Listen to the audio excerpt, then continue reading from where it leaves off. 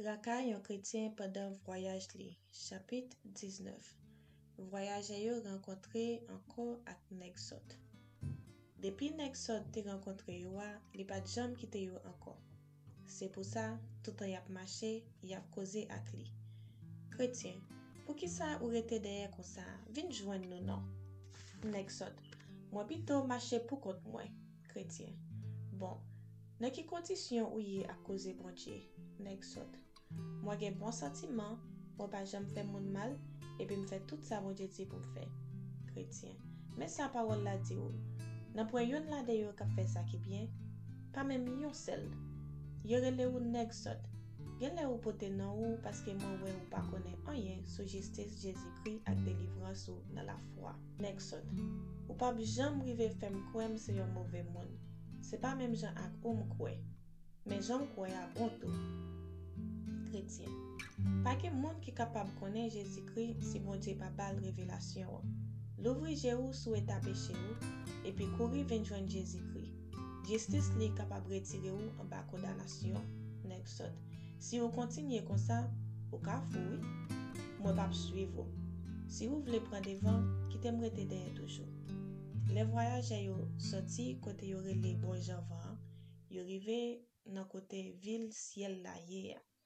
C'est un côté qui pas de bruit. C'est tes oiseaux seulement qui t'a chanté.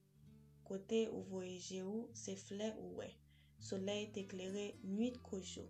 C'est là ça yo comprendre que t'es presque arrivé dans ciel là. Te gen toute qualité moun qui te gen belle rade clairé sou yo. Pas de rien qui te manqué. Tout ça yo te besoin yo te joindre li en quantité.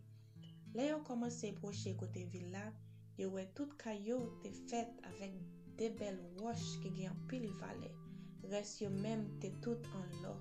Gen qualité voix k'ap sorti dans ville là et puis k'ap ti.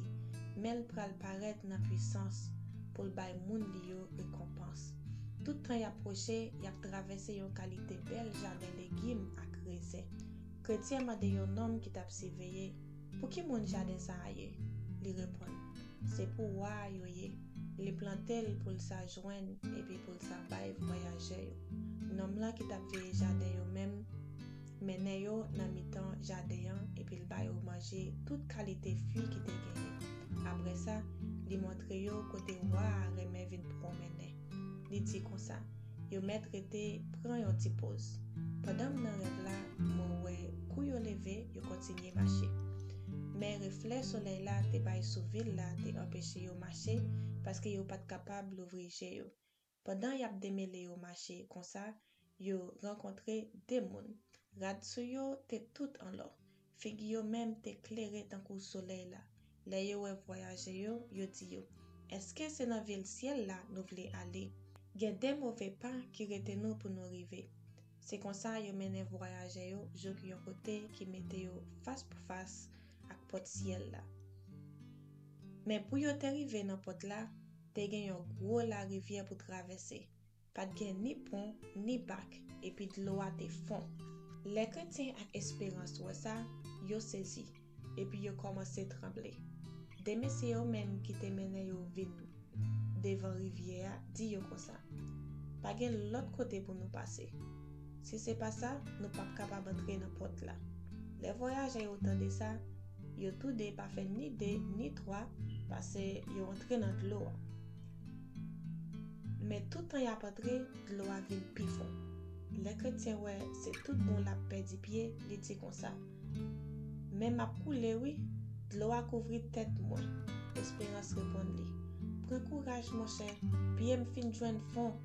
Mais chrétien dit, c'est pas faute moi, même qu'elle m'a mouri, ça me pas arrivé dans pays côté lait ak sirop miel coulé dans de l'eau. Finil fin dit ça, il sentit tellement paix, il pas dit rien encore. Dans misère ça, chrétien oublié toute bénédiction yo te bali pendant route là. Dans l'esprit pâle, li wè tout bagay fini. C'est pas ti traka, espérance passée pour rive kebe tête zanmi lan de yo de l'eau.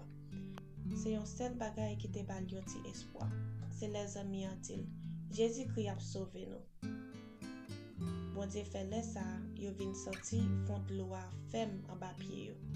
Là yo levé tête yo, te gen de moun ki te kampe sou bord lo a ap tan yo. Rad sou yo te klere tako soleil. Yo longe men bay voyaje yo, epi yo di yo konsa.